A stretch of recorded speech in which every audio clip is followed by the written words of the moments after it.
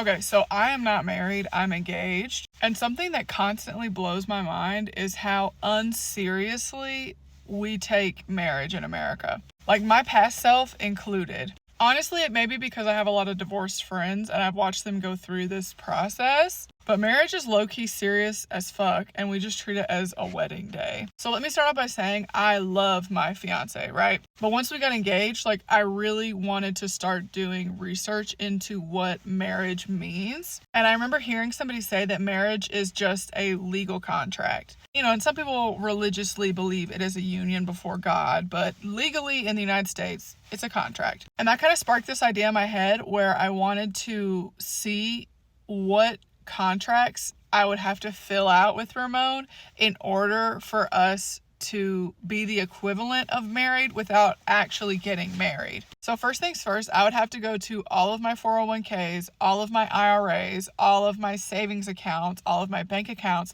and make Ramon either a joint account holder or a beneficiary. Whereas if we got married and signed a paper, he would be assumed the primary beneficiary unless I put someone else. And he would also have rights to my accounts if something happened to me. Number 2, any debt that you acquire after getting married is considered marital debt. It doesn't matter if it's his credit card, my credit card, doesn't matter. It's part of our marriage. So essentially, it's like being someone's permanent co-signer for forever. If somebody came to you tomorrow and asked you to co-sign a loan, you would 100% take a step back and say, let me think about that. But instead, people are just ready to get married at the drop of a hat. The third one has to do with any property that I had before me and Ramon got together. In order to do the exact same thing that a marriage would do, I would have to go to a lawyer and draw up a living will and testament saying that all of my shit goes to Ramon when I die. Or if something bad happens to me, all of my stuff goes to Ramon. And that's not cheap. It's not cheap to have a lawyer draw up a will and testament, but it is cheap to go to the courthouse and get a marriage license. On that same note, when you are hospitalized, your spouse is assumed who can make decisions for you unless you have a written document stating otherwise. So if I wanted to make Ramon my healthcare power of attorney, my healthcare agent, I would have to go to a lawyer and have another document drawn up saying that he can make all of those decisions for me.